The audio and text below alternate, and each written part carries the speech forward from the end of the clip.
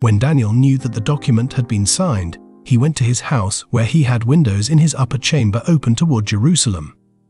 And he got down upon his knees 3 times a day and prayed and gave thanks before his God, as he had done previously. Then these men came by agreement and found Daniel making petition and supplication before his God. Then they came near and said before the king, concerning the interdict, "O king, did you not sign an interdict, that any man who makes petition to any god or man within 30 days except to you, O king, shall be cast into the den of lions?" The king answered, "The thing stands fast, according to the law of the Medes and Persians, which cannot be revoked."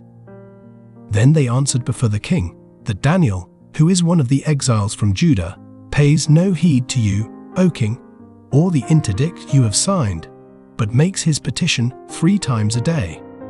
Then the king, when he heard these words, was much distressed, and set his mind to deliver Daniel. And he labored till the sun went down to rescue him. Then these men came by agreement to the king, and said to the king, "Know, O king, that it is a law of the Medes and Persians that no interdict or ordinance which the king establishes can be changed."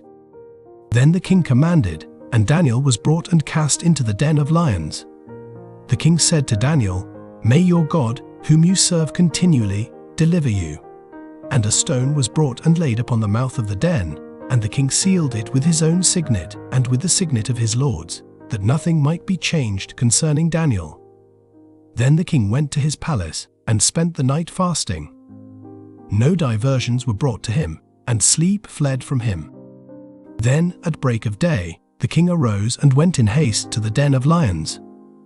When he came near to the den where Daniel was, he cried out in a tone of anguish and said to Daniel, "O Daniel, servant of the living God, has your God, whom you serve continually, been able to deliver you from the lions?" Then Daniel said to the king, "O king, live forever. My God sent his angel and shut the lions' mouths, and they have not hurt me, because I was found blameless before him. And also before you, O king, I have done no wrong." Then the king was exceedingly glad, and commanded that Daniel be taken up out of the den. So Daniel was taken up out of the den, and no kind of hurt was found upon him, because he had trusted in his God. And the king commanded, and those men who had accused Daniel were brought and cast into the den of lions, they, their children, and their wives. And before they reached the bottom of the den, the lions overpowered them and broke all their bones in pieces. Then King Darius wrote to all the peoples, nations, and languages that dwell in all the earth, "Peace be multiplied to you. I make a decree, that in all my royal dominion men tremble and fear before the God of Daniel, for he is the living God, enduring forever.